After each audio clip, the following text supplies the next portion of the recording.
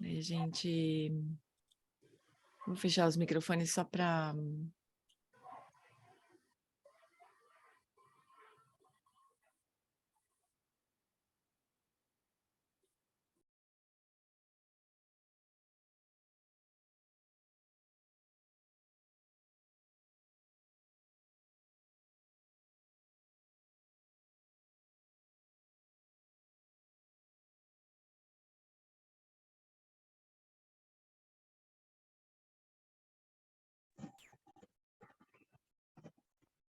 Jay, você tá no mudo.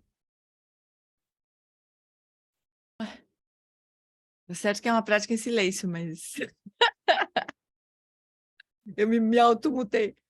Eu me perguntei se você tinha Engraçado. começado uma prática em silêncio, mas eu vi sua boca se mexendo, por isso que eu. Obrigada, amigo.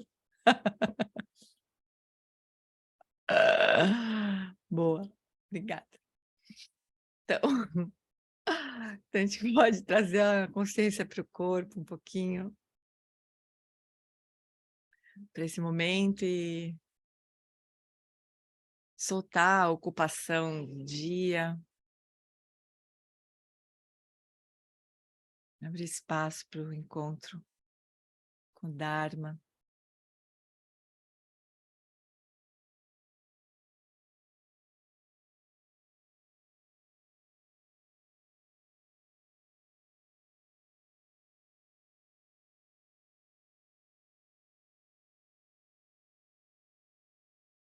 Então, a gente renova o nosso voto de refúgio no Bodhicitta. Namo. No Lama, que é a corporificação dos Sugatas, da natureza das três joias, eu, juntamente com os seres dos 6 reinos, tomamos refúgio até a nossa iluminação. Namo Lama Deshe Dope Ku Concho Sungi Ranjinla Dandang Dradru Senchenam Chanchu Bardu Kapsuchi.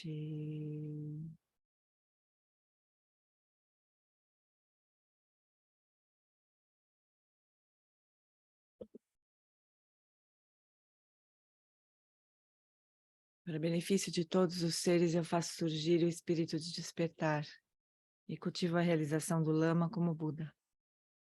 Por meio de atividades iluminadas, treinarei cada ser de acordo com suas necessidades e faço voto de liberar o mundo. Semke droa kondontu lama sangye drupneni ganla gandu trinleki droa droardam chao.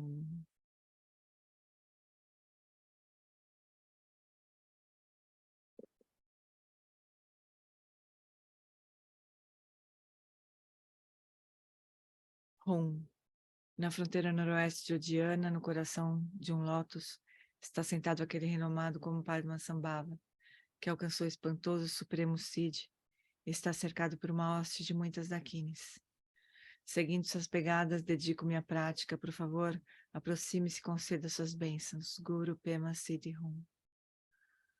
Hum Argen Ugi Nobjansam Pema Gesardam Pola Yamsen Chogi Madrumye Pema June Shisudrak Kordu Kandro Mampe Kor Keki Jesu Dadruki Jenge Lapchi Shiksu So Guru Pema Siddhi Hum.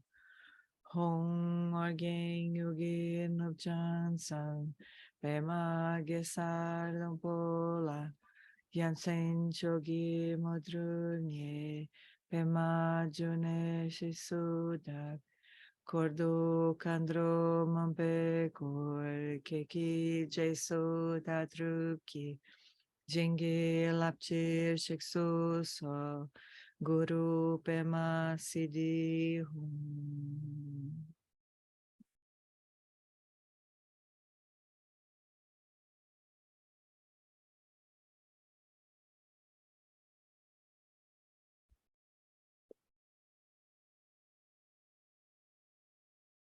Muito bem.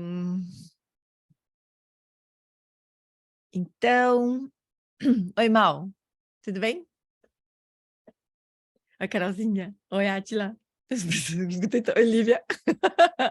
Pelo menos que tá com de câmera aberta aqui. Eu posso Oi, fazer uma pergunta Miriam. bem leiga? Fala, amore. Desculpa interromper. Por que a sadhana nessa prática é diferente da sadhana que a gente usava no SEB? O que que muda? É que essa sadhana era uma sadhana que a gente usava nos encontros com o Lama Wallace mesmo. Mas eu tava pensando assim, né? Que eu não sei bem o que fazer, porque assim, também nos encontros com o Lama Wallace, essa sadhana mudou agora, né? Então eu já não sei mais se faz sentido manter essa, a gente traz de volta essa sadhana do SEB, né? Eu A gente achei pode engraçado que trazer. até a transliteração do tibetano é diferente, né? É, Na Prece das Oito Linhas, por exemplo. é, é diferente, é. Por causa disso, a gente trouxe a sadhana que a gente usava nos retiros de 8 semanas, né? Mas mudou também. Então, não sei, talvez a gente vale a pena de voltar para a nossa SEB mesmo, que está todo mundo um pouco familiarizado, né? E quando o Lama vem para o Brasil, também é essa que a gente usa, então, não sei, vamos refletir.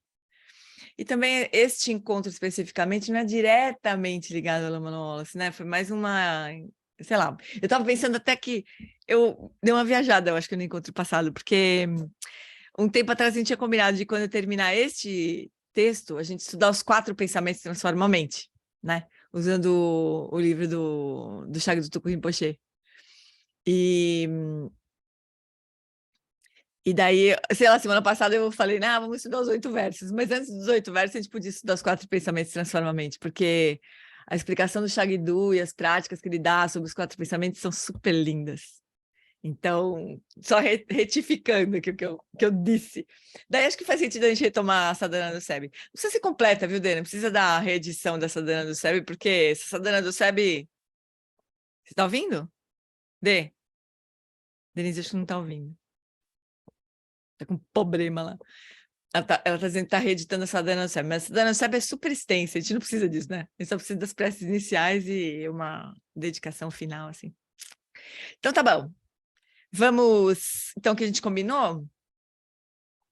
De a gente ler, né, separadamente, assim, em casa, reler o texto raiz até aqui, né, que a gente estudou. Então,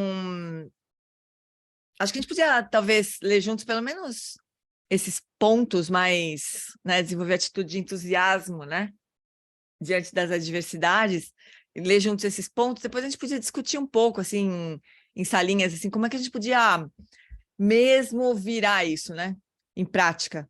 Talvez a gente tenha, sei lá, pessoas, né, desse grupo aqui já tenham tido experiências, né, em trazer isso para o dia a dia. A gente podia conversar sobre isso um pouquinho.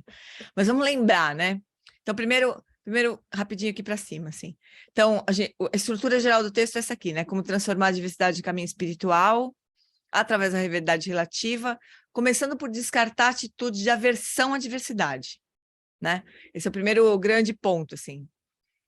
E daí desenvolver não só descartar a aversão, como desenvolver uma atitude de entusiasmo, quer dizer, realmente de tomar a vida do jeito que ela vem, como caminho mesmo, né? Porque, pessoal, a gente não vai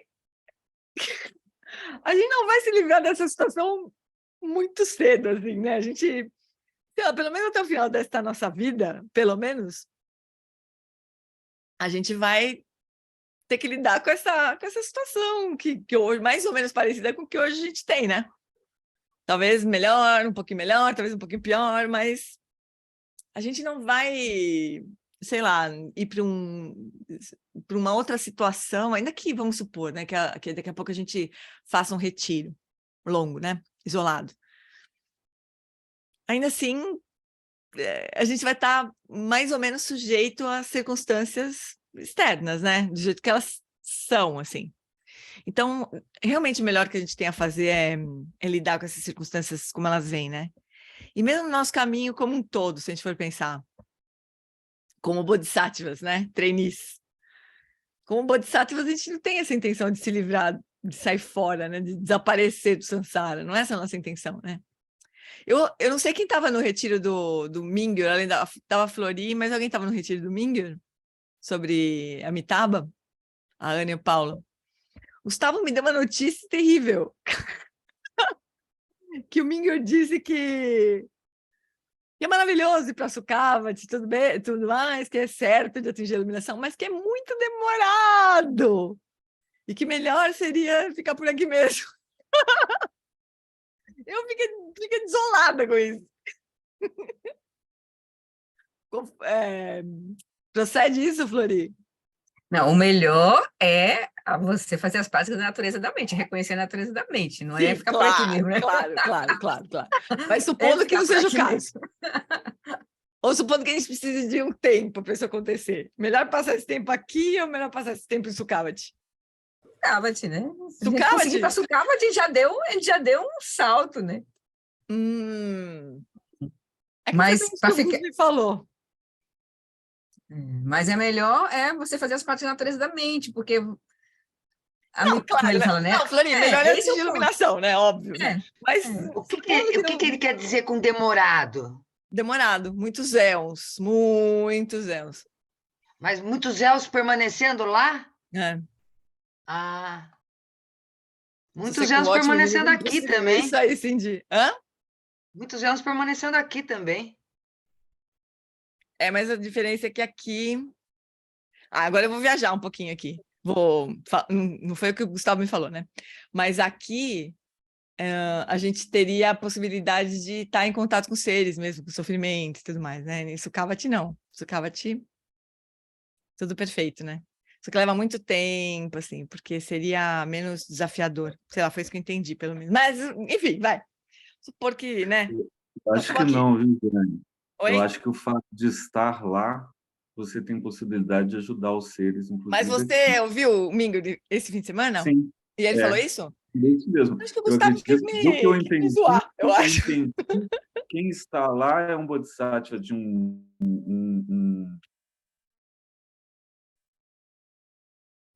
E o Atila congelou. Bem elevado,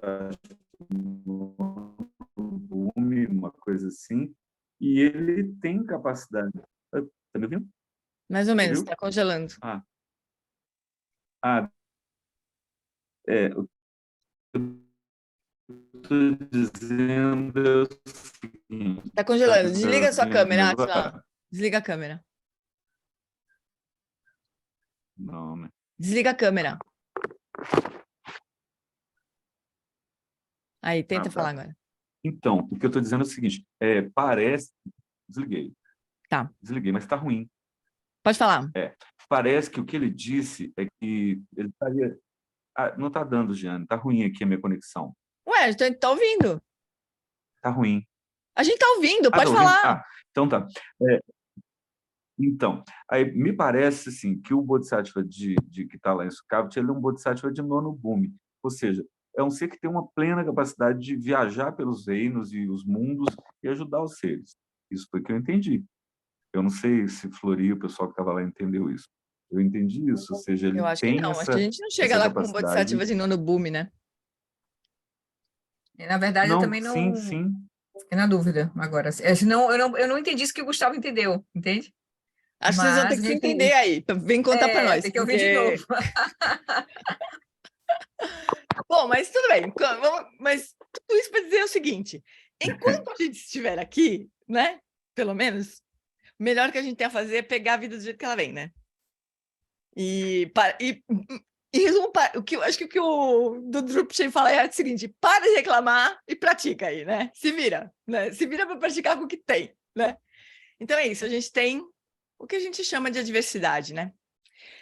Daí, então, esses pontos de como desenvolver entusiasmo diante das adversidades, eu vou ler rapidinho, assim, os pontos, daí a gente vai para a sala discutir. A gente pode até discutir a coisa do Sukhavati, se vocês quiserem, o que a gente quiser discutir. Mas vamos usar hoje um pouco mais do tempo para discutir. Então, cultive uma atitude de entusiasmo, considerar a diversidade como uma ajuda no caminho espiritual. Além disso, Tendo apenas um entendimento teórico, caso você não tenha práticas individuais consonantes com as suas próprias habilidades mentais para aplicar em cada circunstância, diante de qualquer tipo de adversidade que venha a surgir, você poderia pensar, em geral, quando alguém é habilidoso, é possível obter tais e tais benefícios como resultado da adversidade. Ainda assim, isso seria como o ditado, grande é a distância entre o céu e a terra. Óbvio, né? Será difícil obter sucesso dessa forma. O objetivo está mais distante do que o céu da terra. Quer dizer, a gente teria que ter carta na manga mesmo, para aplicar, para identificar a situação e como praticar em cada situação, né? Então, isso que o Lama fala para mim também. Então, a diversidade como suporte para o cultivo de uma mente de emergência, de renúncia do samsara. Então, reconheça que enquanto você estiver vagando sem autocontrole no ciclo da existência, o surgimento dessa diversidade não é algo injusto ou não razoável. Pelo contrário, essa é a própria natureza do ciclo de existência. Mais do que isso, se é difícil suportar mesmo essa pequena diversidade encontrada ocasionalmente neste reino afortunado da existência, imagine sequer mencionar as adversidades dos reinos inferiores. Desenvolva uma atitude de desilusão pensando, ai de mim, a existência cíclica é um oceano insondável e limitado de adversidades. E direcione sua atenção para a liberação. Tipo, samsara é isso aí. Ninguém falou que ia ser diferente, né? O único jeito é atingir a iluminação. A diversidade como suporte para a prática de refúgio. Pratique tomar refúgio, contemplar com convicção. Para aflição infalível, o refúgio é... Não, desculpa. Para aflição recorrente desse tipo de medo ao longo da sequência das minhas vidas, o único infalível refúgio é as 3 joias. Dessa forma, o que quer que aconteça, eu devo confiar unicamente nas 3 joias e não as abandonar sob nenhuma circunstância. Isso aqui é muito interessante, né? Porque de novo, né? Não tem... Todos os recursos que a gente tem dentro do jogo do samsara são limitados.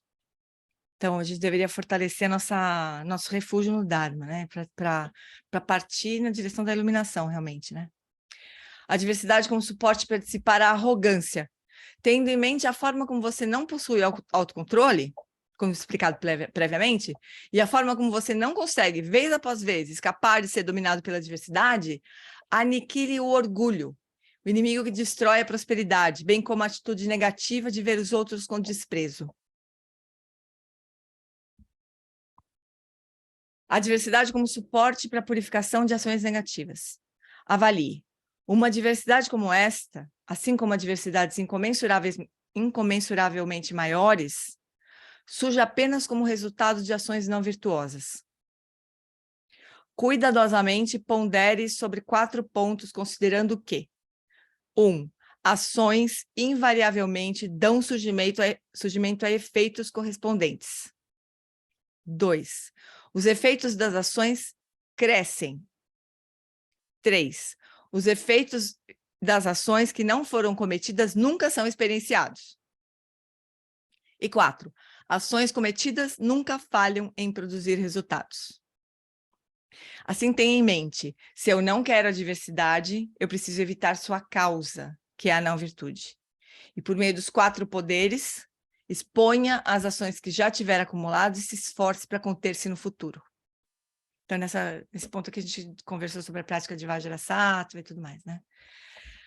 A diversidade como suporte para se atrair pela virtude. Contemple longamente. Se eu me deleito com a felicidade, que é o oposto da diversidade, eu devo me esforçar para gerar sua causa, que é a virtude. E faça tudo o que você puder, das mais variadas maneiras, para avançar em direção à virtude. A diversidade como suporte para o cultivo da compaixão. Reflita sobre o modo pelo qual outros seres sencientes, assim como você, são atingidos por tal adversidade e ainda por outras maiores. Treine através do pensamento. Possam eles também estar livres de todo sofrimento. Isso também trará um entendimento sobre como cultivar bondade amorosa por aqueles despojados de felicidade. Ou destituídos de felicidade, né? Ou infelizes. A diversidade como suporte para o cultivo da atitude de apreciar mais os outros do que a si mesmo. Cultive a atitude. A razão pela qual eu não estou livre de tal adversidade é que eu tenho estado sempre autocentrado. Então, agora me dedicarei apenas à atitude de estimar os outros, que é a fonte de felicidade e prosperidade. Quando as desgraças acontecem na sua frente, tudo fica muito difícil. Por isso, antes que elas ocorram, é crucial familiarizar-se com essas práticas, dando ênfase àquelas com as quais você tem experiências mais vívidas. Então, a gente precisaria memorizar, pelo menos os títulos, né? Eu vou fazer o seguinte, ó, eu vou copiar isso aqui. Deixa eu ver o que eu vou fazer. Copiar isso aqui, vou colar. Deixa eu ver se consigo fazer isso. No WhatsApp. Mais ou menos, porque ficou zoado aqui. Vou colar no WhatsApp. E daí a gente vai para as salinhas e conversa sobre isso aqui, como que a gente pode implementar isso na nossa vida, né? Ver se a gente tem alguma dúvida, assim, sobre... Porque quando a gente está lendo, conversando, parece tudo muito simples, né? Depois, quando a gente fica sozinha com o texto, é que as dúvidas surgem. Então, vamos ver se a gente se debruça um pouquinho mais aqui. Beleza? O que vocês acham?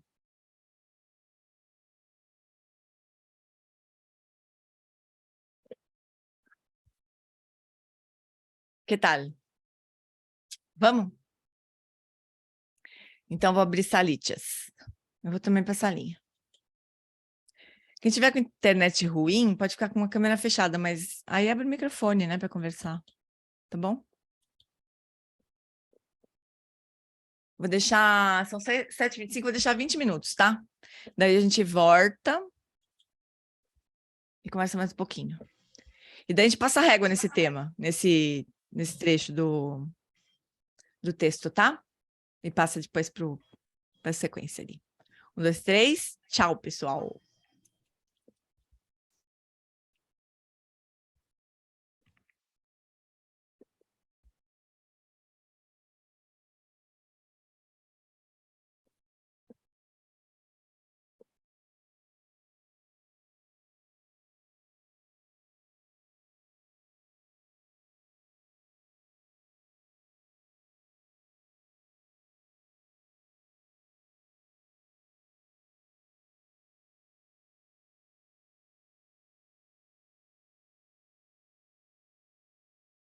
Não dá para nada 20 minutos, né? O que ele estava dizendo. Nosso grupo a gente discutiu só os 2 primeiros, assim. Foi super legal, mas a gente só falou sobre os 2 primeiros. A gente podia continuar, né? A gente podia continuar agora na salona. Mas depois a gente pode, também na semana que vem a gente pode... Semana que vem, aliás, a gente não tem, né? Porque vai estar no meio do retiro do Lama, vai ser o primeiro dia. Ai. Fala, Ninha, Paulo. No nosso grupo, uma coisa que foi unânime, assim, é realmente como é difícil ter entusiasmo pela diversidade, né? E realmente você até consegue certas coisas que estão aqui colocadas, tal, ver o autocentramento, ver isso, né, como instrumentos para as pequenas, para as grandes, começar pelas pequenas.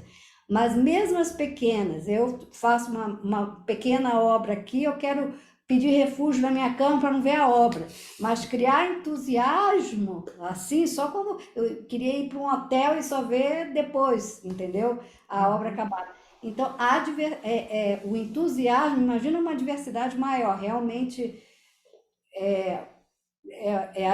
entusiasmo, não sei nos outros grupos, mas é o tópico mais difícil para nós. Porque o senso comum não faz o menor sentido, né? O menor sentido. Mas aqui é um divisor, assim, de águas, assim, né? A gente vai reagir como a gente sempre reagiu e deu no que deu, ou a gente vai fazer diferente? Um pouco assim, né? Porque reagir do jeito que a gente sempre reagiu, a gente sabe, né? Como fazer. E sabe no que deu, né? No que não deu, inclusive. Mas eu concordo contigo, né? Nada disso é fácil. Nenhum desses temas, nenhum dessas coisas é fácil, né? Mas é que eu acho que a gente não tem saída, pessoal. Ou a gente faz isso, a gente vai continuar no samsara. A escolha é essa, né? Ou a gente faz alguma coisa diferente, ou a gente vai ter sempre os mesmos resultados. Ou seja, daqui, sei lá, umas vidas a gente vai estar aqui de novo, talvez numa outra plataforma, estudando o livro do Drupt. Ai, como é difícil lembrar. A gente vai estar nessa mesma situação, de outra coisa. E aí, os outros grupos, pessoal, o que vocês contam aí? Eu acho, já que tu falou, né, não faz sentido para o senso comum nada disso, né? Assim, Uhum. e é que não é só que não faz sentido, é que é exatamente o oposto. O contrário, né? Porque a gente falou isso rapidamente, sim, mas tipo, no samsara cotidiano, né, a diversidade ela é sempre amplificada, né? Assim, você foca nela e você amplifica nela, você não traz... Por exemplo, a gente estava falando sobre... O assunto que pintou foi uma ideia de TDAH, a gente falou um pouco sobre escolas e a diversidade e tal, da criança, por exemplo. E uma escola tradicional, ela vai e ela massacra a criança dentro do diagnóstico, ela não cria uma potência para a criança sair daquele diagnóstico e buscar outras referências e outras formas de estar no mundo, vamos dizer assim. Então, eu acho que é essa ideia mesmo. O samsara, ele trabalha o contrário, ele vai potencializando, ao invés da liberação da diversidade, a diversidade como um lugar de impotência, saca? Sei. Não, você tem razão. Agora, se a gente for olhar um pouco que vem de um desconhecimento, né? Do que é causa de sofrimento. Vem de um desconhecimento do que é causa de sofrimento e causa de felicidade, né? E uma completa desconsideração, assim, sobre a lei da causa e efeito, né? Se a gente, porque o ponto não é assim, vamos curtir a infelicidade, né? Vamos comemorar que está dando tudo errado, não é isso, né? Isso é uma forma de apresentar. Mas o que está por baixo é isso, quer dizer, a gente olhar para o resultado, olhar para a diversidade como um resultado de algo que a gente fez errado, né? De alguma coisa que a gente não viu. Então, e daí a gente se alegrar com a diversidade ou ter entusiasmo pela diversidade, só se a gente conseguir enxergar, porque se a gente não conseguir usar a diversidade para nada, não tem se entusiasmar com a diversidade, né? Se ela for ser só a infelicidade mesmo, por que a gente vai ficar feliz? Oh, que bom que tá dando tudo errado e... Né? Não faz menor sentido mesmo, né? Fala, Aninha. Tá fechado o microfone. Uma outra coisa que realmente eu fiquei contemplando, não sei porque, é como se tivesse caído a ficha, é que na leitura ele fala tudo que as adversidades, elas só acontecem porque houve uma causa, um ato, você fez alguma coisa, entendeu? Aí, de repente, eu assim, meu Deus do céu, será que eu fiz tanta coisa ruim assim para ter essa adversidade? Aí eu fiquei pensando, meu Deus do céu, capaz, com certeza, mas um monte de coisa boa também, Ana. Um monte de coisa boa, né? Porque eu tenho certeza que na sua vida você tem muitas coisas boas. Ah, sim, com certeza tem. E um monte de besteira que a gente fez. E a gente continua fazendo, né? Claro, um pouco por descuido, outro pouco porque não por inconsciência mesmo. E outro pouco por hábito. E a gente faz isso. Mas eu acho que esse que é o ponto dessas práticas aí, desses ensinamentos. É nos alertar para isso, assim. Todas as nossas ações vão gerar um resultado, né? Então, a gente pode olhar os resultados que a gente está colhendo agora e falar assim, isso foi... Se eu colho a diversidade, bom, isso foi resultado de ações negativas do passado. Eu não quero mais isso, né? Então, o que eu faço? Não adianta eu ficar... O ponto que quando a gente fala assim, não quero mais sofrer, o que a gente faz? A gente se volta para o samsara. A gente fala assim, não, para eu não sofrer mais, eu vou ter que ganhar, eu vou ganhar mais dinheiro, eu vou controlar essas pessoas aqui, eu vou me afastar, não sei de quem. A gente vai justamente para o lado oposto do que a gente deveria ir. A gente vai para fora, né? E o problema todo nosso, que a gente estava conversando até no nosso grupo também, é que às vezes dá certo. Às vezes a sabedoria comum, ela funciona, né? E aí a gente vai ficando. Não sei se eu consegui explicar direito, mas essa é a reação natural que a gente tem, é o que a gente aprende na escola. Quando alguma coisa dá errada, olha para o que está acontecendo, para tudo que está em volta e faz alguma coisa para consertar, né? A gente nunca olha para aquilo e fala assim, bom, isso é resultado de ações minhas anteriores. Se eu não quero mais ter isso, então eu vou começar a ter que me interessar pela virtude, vou me conter, vou descobrir o que é. A gente... quando a gente leu as 10 ações não virtuosas, estuda esses ensinamentos, tem muita coisa que a gente não acha tão complicada assim, tipo mentir. Mentir, vamos combinar, vai, mentir. Sei lá, mentir é socialmente aceito muitas vezes. Não faz mal. Só que faz, né? Então é isso que a gente vai se atrapalhando por muitas razões, mas o fato é que a gente continua se atrapalhando, né? Oi, Atila. Fala, Mori. Então, a gente conversou um montão de coisa no grupo, mas assim, eu vou falar do que eu disse, claro. E foi o seguinte: esse texto ele traz um meio que você olhando assim no própria questão do título aí, do que a gente viu, né? O próprio título fala transformando a felicidade e a adversidade em caminho espiritual, ou seja, felicidade e adversidade não são caminho espiritual, em tese, né? Mas o que acontece? Aí ele vira e fala para você diminuir, descartar a aversão, e depois você desenvolver entusiasmo diante da adversidade. E aí, nos subitens, ele fala da adversidade como suporte, como veículo. Para a gente entender muitas coisas, né? Então, assim, você vê que todo aquilo ali você vai ter refúgio, você vai ter causalidade de karma, você vai ter purificação de ação negativa, você vai ter compaixão. Ou seja, o caminho todo ele está explicando, ele está apontando ali. Isso, exatamente. As novas verdades, você vai vê-las ali. Ele está apontando, né? Que, usando a diversidade. Ou seja, ao invés de usar, querer... Isso mesmo que você disse agora, que eu achei super, querer projetar fora as coisas, receber as coisas que estão vindo internamente ou mesmo de fora, como adversas, como meio para caminho. Para lembrar, né? Para se lembrar do ensinamento, né?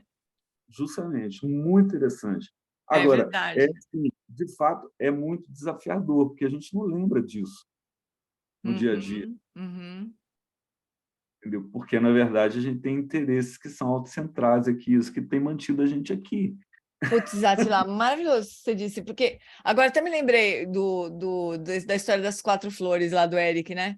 O Eric Pemacunza, que é um professor que a gente está, que alguns de nós aqui está estudando, né? Ele ensinou um método aí de cultivar as 4 qualidades, na verdade, cultivar qualidades, não são exatamente as 4 qualidades do coração, mas cultivar qualidades, por um método assim, quando eu vejo o oposto daquilo, né? Em vez de eu ficar puta, julgar, eu cultivo a aspiração, que possa haver mais momentos do contrário, que são as qualidades. Então, tipo assim, violência, sei lá, né? Quando a gente vê alguma pessoa praticando uma violência qualquer, ou a gente mesmo, em vez de a gente ter a reação usual que a gente teria, né? A gente aspira que possa haver mais momentos de não violência, né? Então, é exatamente o mesmo princípio, assim, né? A gente vai olhar aquilo que é ruim para nos lembrar do que realmente importa, né?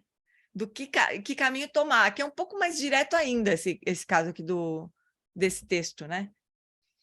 Mas o ponto é que a gente vê as adversidades, a gente fica preso nas formas usuais de lidar com as adversidades. Esse é o problema nosso, né? A gente não vê a adversidade como um lembrete para a gente aplicar o ensinamento, né? Que é isso que o Atila falou, não é, Atila? Mais ou menos isso que você disse não também. só como um lembrete, mas como um veículo mesmo, algo que que está te trazendo uma grande oportunidade, entendeu? De se deixar de ser essa figura orgulhosa, ou de se deixar de ser essa figura que repete padrão e que vai continuar dando cabeçada, né? Porque, na verdade, é isso que o texto está falando, né? Ele está ali, tipo, a diversidade como suporte para dissipar a arrogância. Puxa, a arrogância é o orgulho, né, exacerbado, é o contrário da paciência, da bondade também, né, de oferecer. O arrogante ele não serve, ele se serve das coisas. Né? Então, assim, é muito interessante, porque o contrário está ali também, como um meio, né, aí ela vem como oportunidade de você oferecer. É legal isso. Muito lindo mesmo. Fantástico. Muito bom esse texto. Oi, Dani.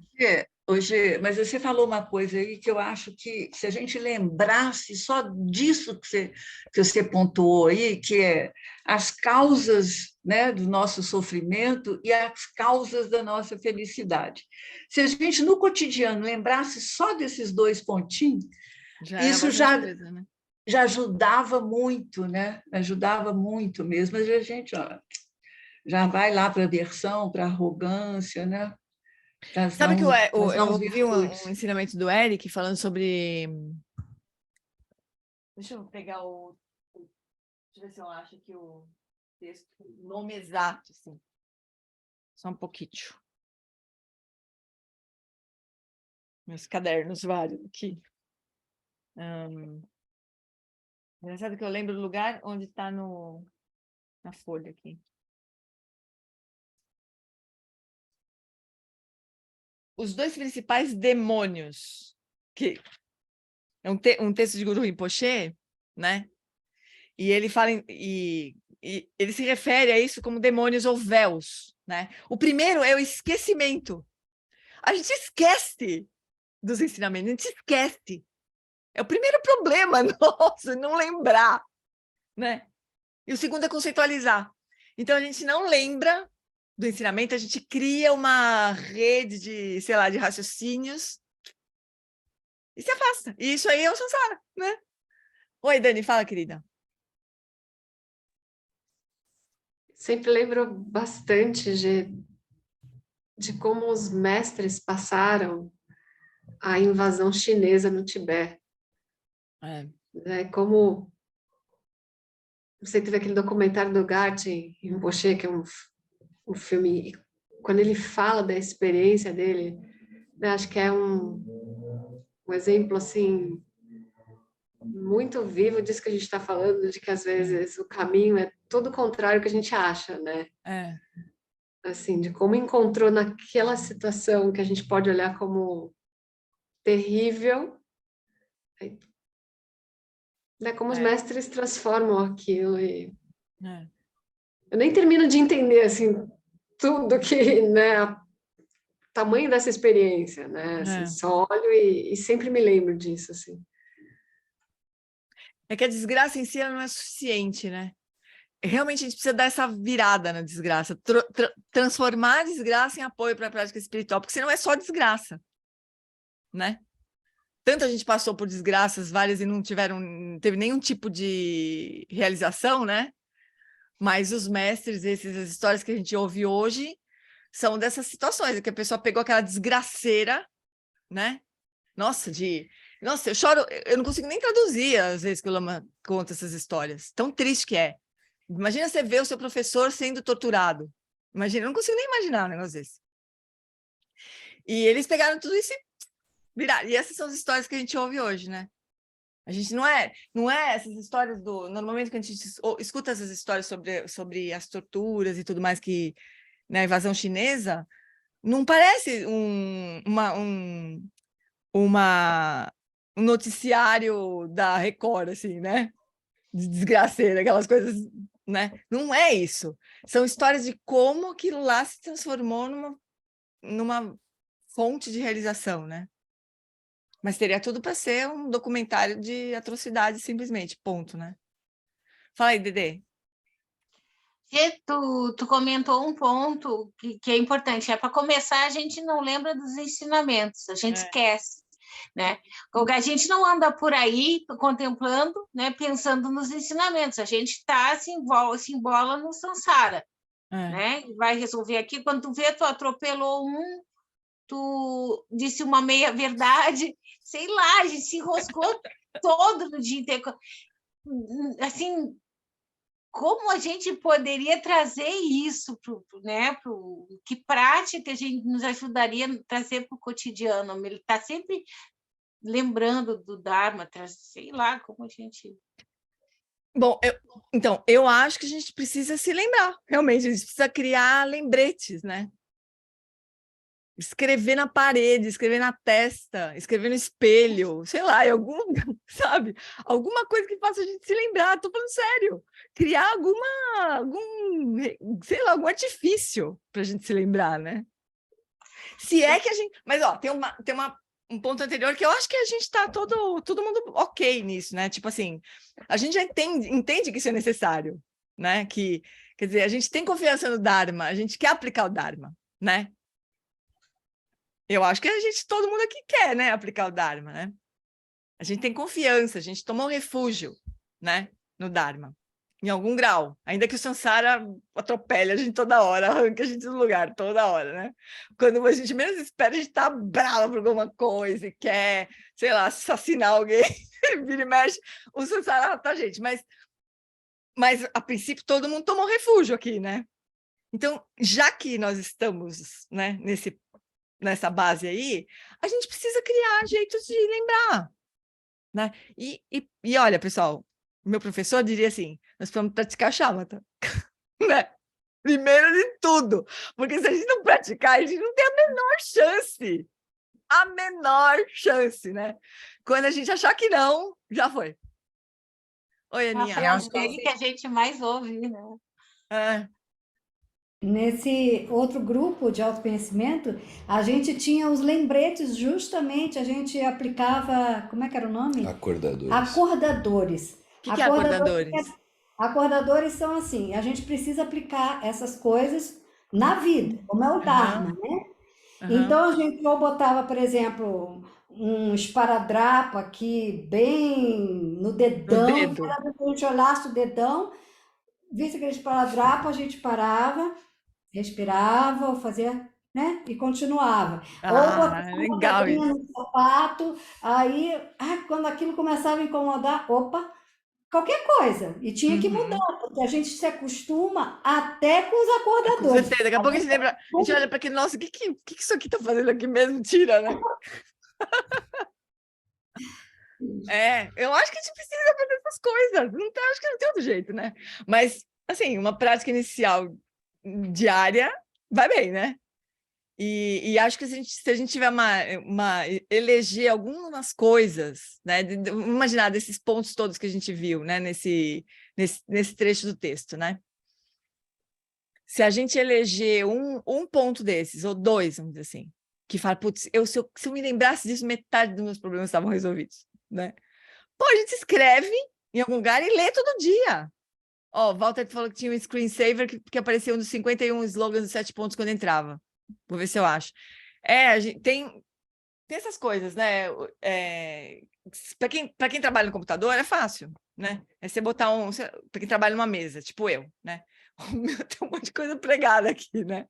E eu olho para aquilo, porque tá sempre ali, daqui a pouco eu paro, putz, grilo, esse ensinamento. Outra coisa que eu acho que para mim ajuda muito é recitar os 8 versos transformadamente todo dia. De manhã, todo dia. Os 8 versos para mim são assim, eu lembro, eu sei de cor, eu me lembro deles quando acontece alguma situação. Os 8 versos foi um pouquinho internalizado assim para mim. E esse texto também, né? Mas menos do que os 8 versos, eu confesso. Os 8 versos ficam mais acessíveis para mim, assim.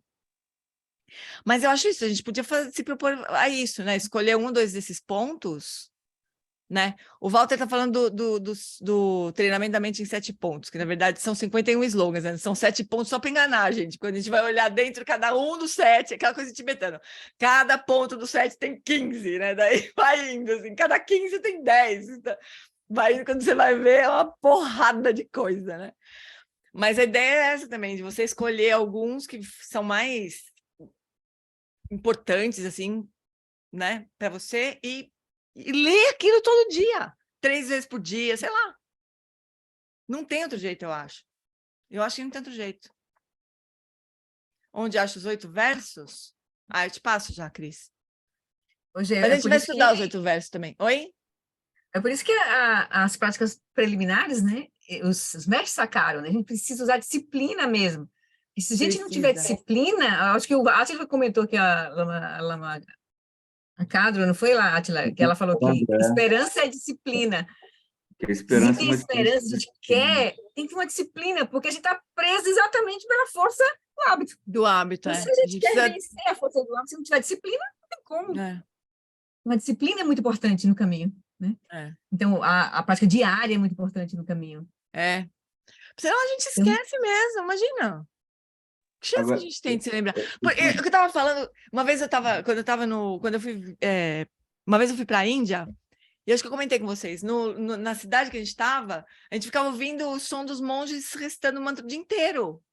Quer dizer, a cidade lembra você do Dharma.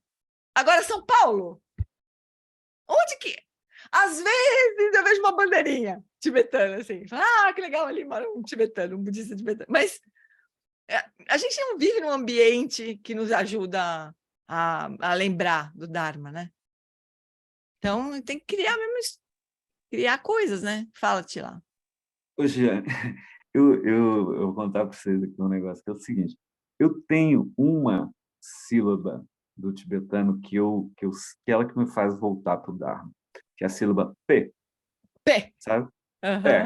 Sempre que acontece qualquer coisa, seja boa ou ruim, eu sou o maior falador de P.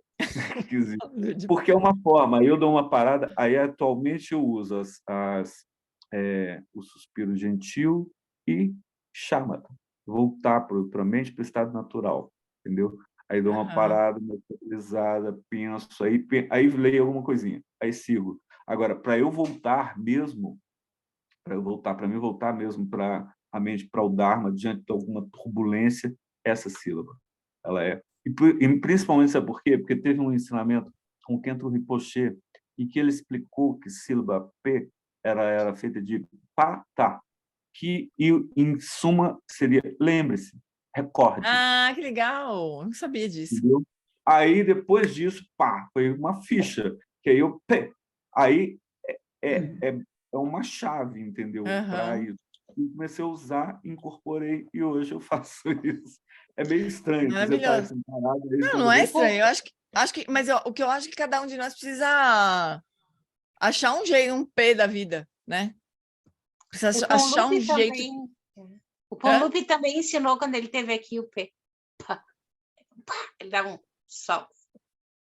Tu fez o retiro, mas tem que fazer sentido pra gente, né? Para vocês que ouviram esse ensinamento e tal, o P faz sentido, né? Sim. Cada um de nós precisa encontrar, acho que um jeito. Fala, Lelis.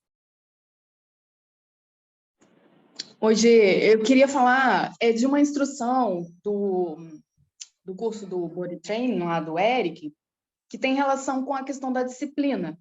Na verdade, não tem relação, não sei se tem. Eu acabei fazendo essa relação e num dos momentos que a gente conversou no grupinho, eu coloquei isso. E eu tenho uma dúvida.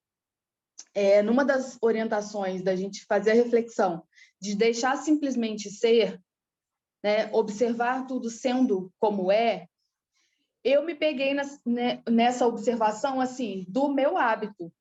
Se eu me deixar ser como é, eu sou um poço de maus hábitos. Então, eu preciso de disciplina. Então, eu não posso deixar ser como é.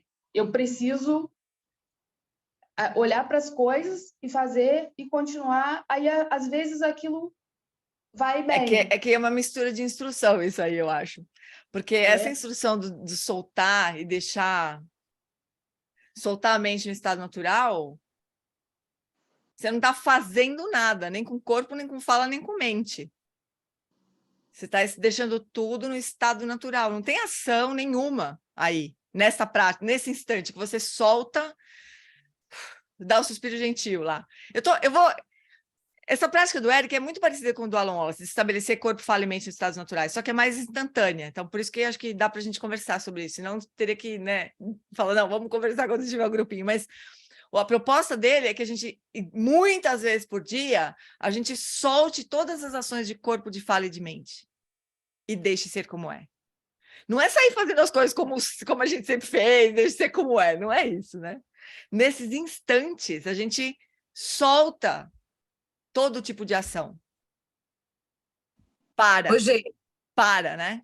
A gente para e experimenta o silêncio, a quietude, uns instantes. Daqui a pouco, tudo bem, a gente viajou, tudo bem, passa de novo. Daí, daqui a pouco, a gente faz a mesma coisa, solta tudo de novo, experiencia o silêncio, a quietude, até que a mente comece a se atrapalhar outra vez, e assim vai. Então, mas no que se refere à ação, comportamento, você tem toda a razão. A gente vai precisar, logicamente, aplicar antídotos para as nossas... Mas aí vem as 4 flores, por exemplo, Lelis, né? Que tem um pouco mais a ver com como as coisas são, assim, em termos de ação, né? De confusão, né? Fala, Flor. Fala, Flor. Tá fechado teu microfone. Nessa instrução do Eric de render-se, né? Mas ele coloca em seguida, ele diz como é simplesmente ser. Ele pede que a gente investigue, a gente fique com aquele olhe. Mas não é ação, fazer alguma coisa. Não é fazer alguma coisa, é olhar.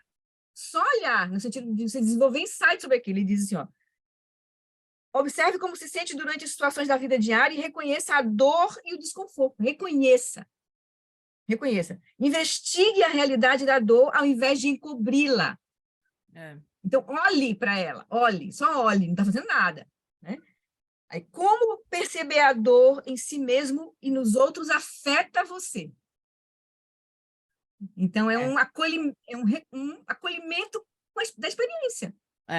Olhar de forma profunda. Só isso que ele está pedindo. Mas ele não está sugerindo que a gente continue agindo da forma como a gente sempre agiu e continue fazendo as coisas do mesmo jeito, né?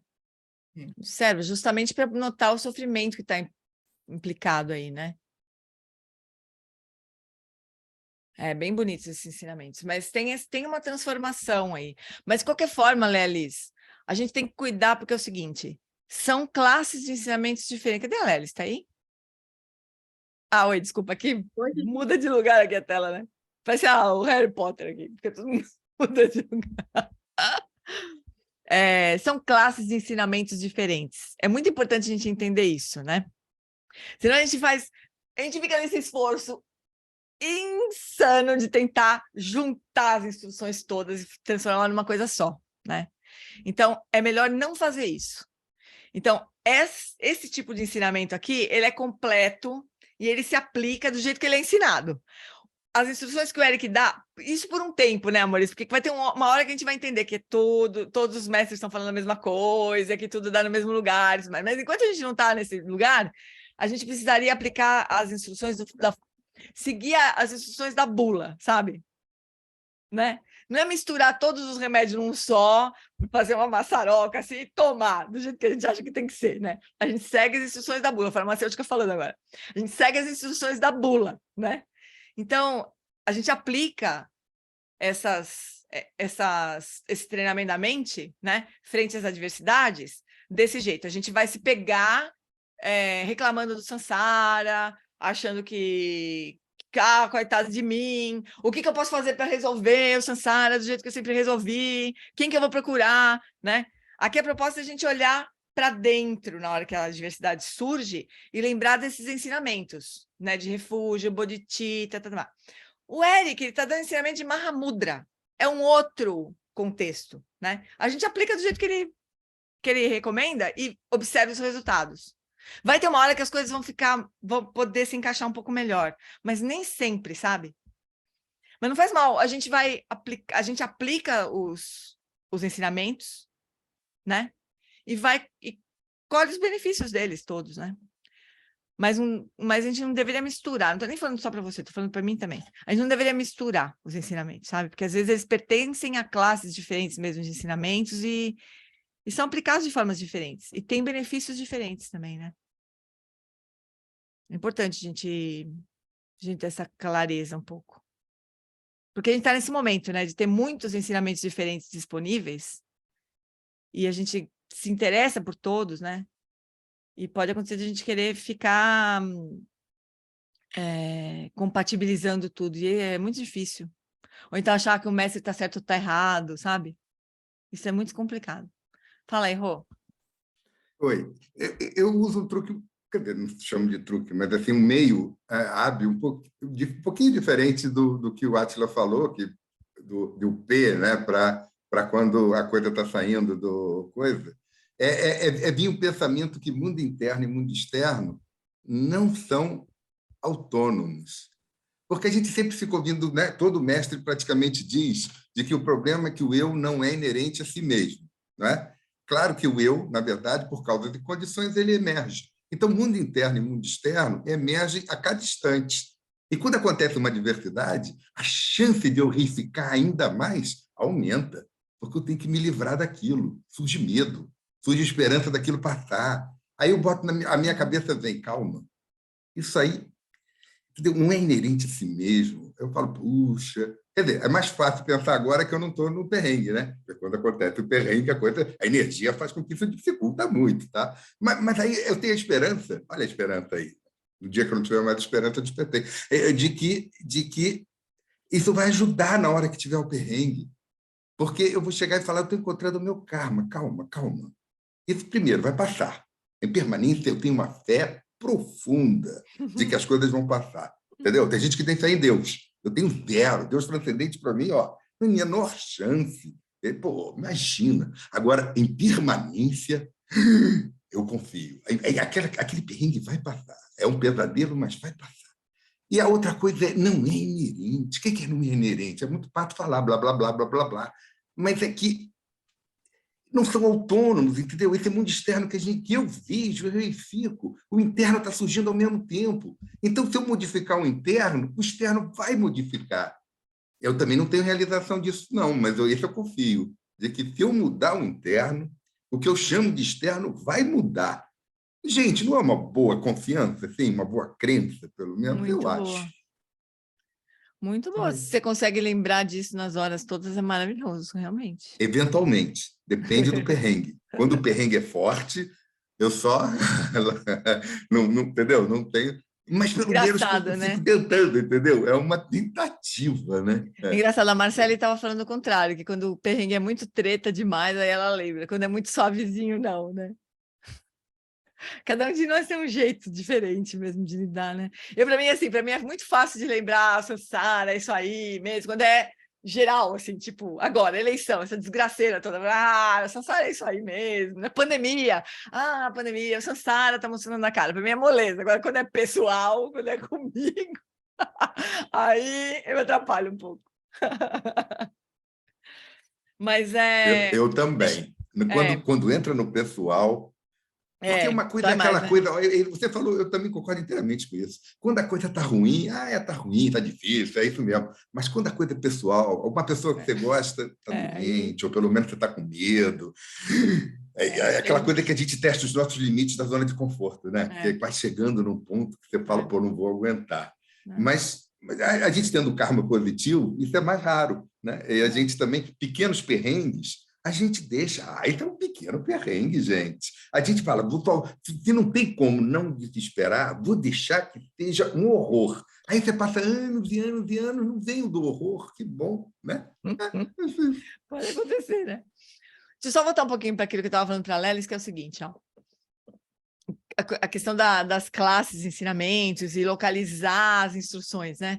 Então, essas daqui, que a gente está conversando agora, tomar a diversidade, ter entusiasmo diante da diversidade, ela é como transformar a diversidade em caminho espiritual através da verdade relativa. Ou seja, são ensinamentos para quem está, como nós, reificando tudo, né? Ele não está tentando ainda mostrar para nós a realidade última, né? Está indo assim, olha, toma refúgio, cuida da renúncia, purifica, cultiva compaixão. São ensinamentos de método ainda, né? De, assim, que ainda não estão querendo nos apontar a natureza da mente, que é o que o Eric está tentando fazer. Quando ele fala, solta, se renda, ele está dizendo que quando a gente deixa o eu, né, falando sozinho, a gente tem uma chance maior de enxergar a natureza da mente, né?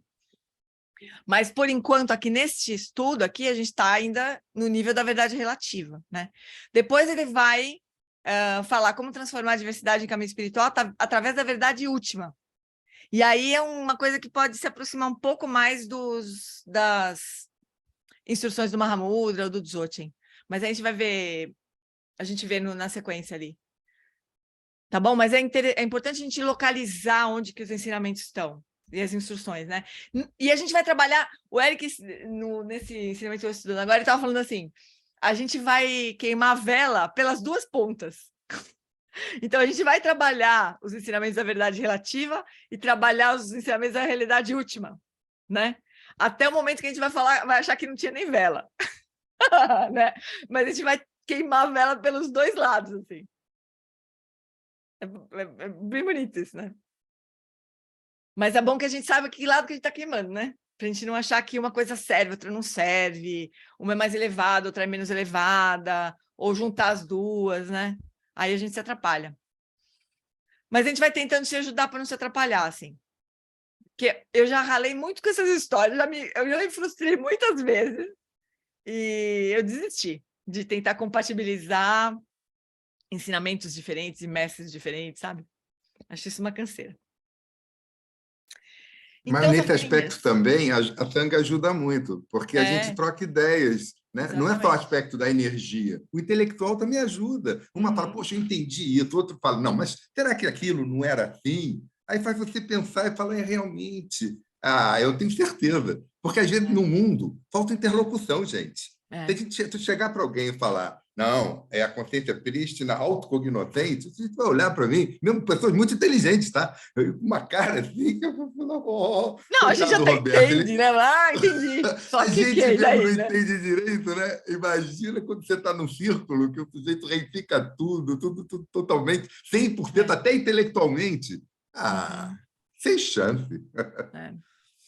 Putz, eu acho super precioso mesmo a gente poder conversar sobre as coisas. Porque é o que a gente estava falando no nosso grupinho, né? Aliás, antes de a gente ir para o grupo que a gente estava comentando, às vezes a gente acha que entendeu, né? Mas aí quando a gente vai falar sobre aquilo, não é bem aquilo, assim, o outro tem uma outra ideia, né? E aquilo melhora. As coisas vão se consertando, né? A gente vai afinando, assim, nossa compreensão das coisas, né? E tendo ideias também, vendo o testemunho dos outros. É muito precioso isso, amores, muito precioso. Então tá, vamos dedicar. Jane, e ter alguém que você possa ter contato com uma experiência meditativa mais profunda ajuda muito. Por exemplo, eu estou no grupo com o Daniel. Você conhece o Daniel, do SEB? Que é tutor do Lama Santa e tal. Ele acaba de sair de um retiro não totalmente fechado, de 3 anos. Ele ficou, os últimos 4 meses, completamente isolado. Ele se comunicava por bilhete, entendeu? Ele só falava para fazer o puja. Ele não falava com ninguém. Então, é valioso, porque ele dá o depoimento assim, de chegar e falar, ó, porque se você tem já uma ideia teórica, mas falta a realização da observação da mente em todos os seus, olhar o interno e tal, alguém que chega e está fazendo essa experiência ajuda muito. Com certeza. Eu acho, pelo menos. Também acho. O Daniel que está no Dharmata, né, Flor? O Daniel Leoncini. Acho que ele saiu, foi, Roberto? Ele saiu? Ele saiu. Ele saiu agora, legal. Semana passada. Teve a primeira volta na sexta-feira. Vou falar com ele. Ele é uma pessoa muito legal. Ele é um cara assim, com certeza, fora da curva. Louca para falar com ele. Ele é um querido. Ele fez esse retiro sob orientação do Lama Wallace. Eu achei que era o Lama Santa. Não, o Lama Wallace. Aluno do Lama Wallace, Daniel Leoncini. Tá. Daniel Leoncini, Foi no SEB, mas sob orientação do Lama Wallace. Eu acho que o último que fez retiro longo, assim, de 3 anos, sob orientação do Lama Santa, foi o Nelson.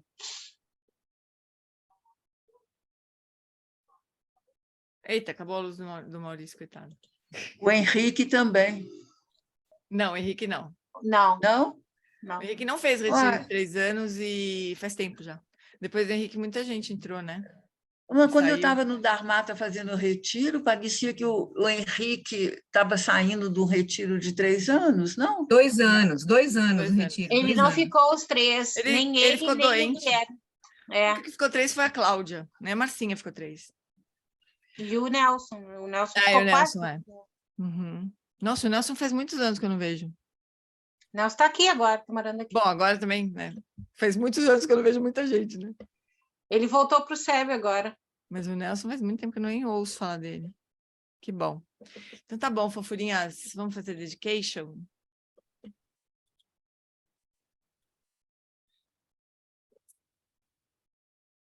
Então, vamos lá.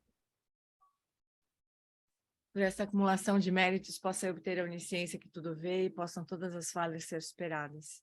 Que do turbilhão de ondas revoltas do nascimento, velhice, doença e morte, deste oceano Sansara, possa eu liberar os seres.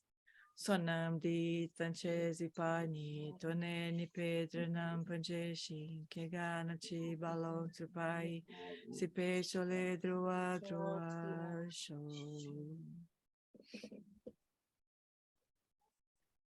Mais longa vida da Dalai Lama.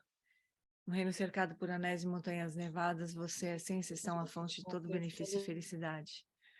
Poderoso Avalokitesvara, Senhor da compaixão, Tenzin Gyatso, que seus pés de lótus permaneçam firmes por centenas de eons.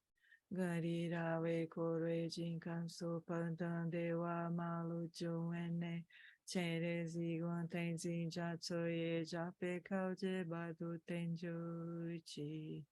Garira we korwe jinkanso pandandewa malu juene cherezi guantenzin jatsoye japekau jebadu tenjuchi. Por esta virtude, possa eu rapidamente realizar o Lama de Odiana e possa eu conduzir todos os seres, sem exceção, a esse estado de realização. Gewadini Ududako Gyan Lama Drupgani Drawachika Malupa Dei Salagopar Show.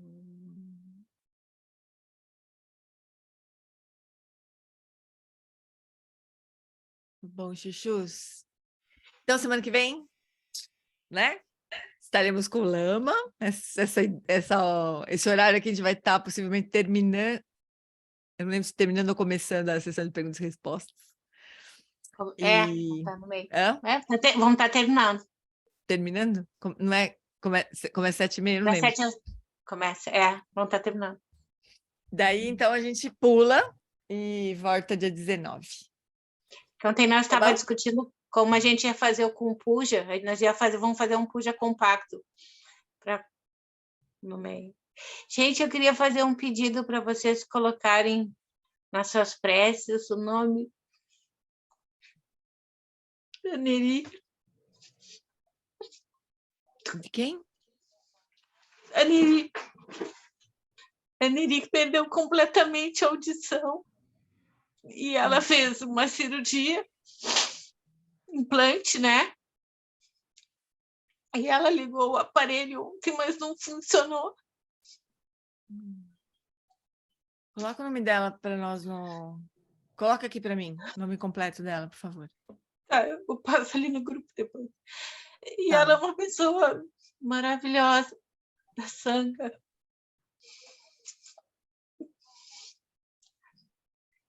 Tá bom, querida. Então, a gente dedica a Neri na nossa prática hoje, né? Uhum. Tá bom, meu amor? Tem um coração de ouro, né, Dedê? A gente não fui dar comida para os cachorros, atravessaram a rua, quase morreram atropelados. Quê? Eu fui dar comida para um cachorro de rua que estava muito magrinho. Aí apareceu mais 2 correndo, quase morreram atropelados. Bodhisattva atrapalhada, né? Os Bodhisattvas devem falar, ai, meu Deus. Mas eu consegui salvar ele. Ela tá tão magrinha, gente, ela tá com 32 quilos. Eita. Ela pegou um fungo terrível, aí deram uma medicação super paulada para ela, e a medicação, ela perdeu a audição. Gentamicina. Possivelmente. Esses antifúngicos são terríveis. Isso, ela pegou um fungo na ponta da costela. Nossa. E aí eles deram um remédio que quem tem aquelas doenças sexualmente transmissíveis tomou um comprimido em 30 dias, né? Ela tomava 5 comprimidos por dia durante 8 semanas. Ela foi se desmanchando, assim, como pessoa, assim, foi. Ela não tem nem músculo, ela está numa cadeira de rodas. Nossa. Tomara que ela recupere agora, né? Pelo menos a rigidez, né? Eu acho que se ela recuperar a audição, ela volta um pouco da energia dela, assim, sabe? Eu acho que a audição, não preciso falar para ela, esse medicamento antifúngico geralmente não retorna. Deus queira, ou os Budas queiram. Não retorna. Ela teve que fazer um implante para construir novos canais, novos caminhos. Aí, quando passaram 30 dias da cirurgia, quando ele foi ligar o aparelho, que é interno, né? Aí ela não consegue compreender as coisas. Uhum. Então, aí vai esperar mais um tempo agora. E a família também não entendeu direito o que tem que fazer. Aí, sábado, eu vou lá ver como é que ela está. Denise, uma coisa que aconteceu quando meu irmão estava com Covid, o Lama Fred me deu uma instrução muito, muito boa, muito interessante, que eu utilizo até hoje com a galera toda, com todo mundo, né? Que eu faço as minhas listas lá de dedicações, e é justamente não fazer o nombro, certo? Fazer inseparável da pessoa. Essa visualização. Você e a pessoa, você é a pessoa, essa coisa assim bem unida. Foi uma coisa muito interessante. Linda, né? Eu lembro disso. Então, também assim, isso. pode ser bom para ela, né? Isso pode ser bom, a gente ter um nome e fazer a prática nesse sentido. Isso aí pode Como se você acumulasse mérito e purificasse no nome dela, né? Todas as práticas eu sempre dedico para ela. Mas não é dedicada, Dê? Eu sei, eu entendi. É se tornar inseparável nesse como aspecto. Se ela estivesse fazendo. Isso. É perceber esse... Sabe aquele tal como de qualidade, de sujeito e objeto, tudo junto? É isso aí. Sim. O que eu entendi foi isso, né? E que deu para perceber fazendo. A gente está junto com a pessoa. Como que é o nome dela, Dê? Sabe? Você lembra? Aneri Maria Schultz. Eu vou repassar um nome para ela, para vocês, porque ela, se tu olhar, tu vai lembrar do... Eu vou te passar aqui a foto dela. Ela contava história para as crianças do Castelinho. Ela é professora de arte. Eu sei quem é. Lembra, né? Te mandei a foto dela aí para tu ver como ela está agora. Nossa. Tá bom, eu passo no nosso grupo lá. Mas passa o nome dela. Meu Deus do céu. Ai. Negar. Sansara. É isso, né? É isso.